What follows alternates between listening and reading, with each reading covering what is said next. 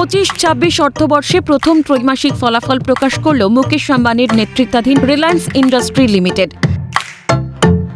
সেখানে কর পরবর্তী মুনাফা বছরের ৭৬.৫% বৃদ্ধি পেয়েছে বলে দাবি করা হয়েছে। এছাড়া সংস্থার রেকারিং ইবিআইটিডিএ বছরে 15% হারে বৃদ্ধি পেয়েছে। এদিকে সংস্থাটি এশিয়ান পেইন্টসে থাকা অংশীদারিত্বকে বিক্রি করে ৮,৯২৪ কোটি টাকা আয় করেছে। অন্যদিকে রিলায়েন্সের জিওর প্রথম ত্রৈমাসিকে ইবিআইটিডিএ ১৮,১৩৫ কোটি টাকা হয়েছে, যা আগের বছরের একই সময়ের ১৪,৬৩৮ কোটি টাকা থেকে ২৩.৯% বৃদ্ধি পেয়েছে।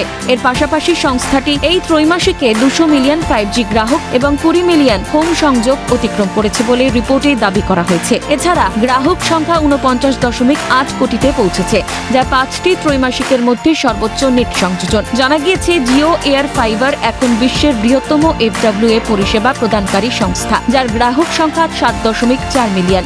RIL এর খুচরো বিভাগ রিলায়েন্সের রিটেলের রাজস্ব ১১.৩% বৃদ্ধি পেয়ে ৮৪,১৭১ কোটি টাকায় দাঁড়িয়েছে। এছাড়া ইবিআইটিডিএ বছরের পর বছর ১২.৭% বৃদ্ধি পেয়ে ৬,৩৮১ কোটি টাকায় পৌঁছেছে। রিলায়েন্স রিটেল গ্রাহক সংখ্যা ৩৫৮ মিলিয়নে উন্নীত হয়েছে। ক্যালকাটা নিউজ।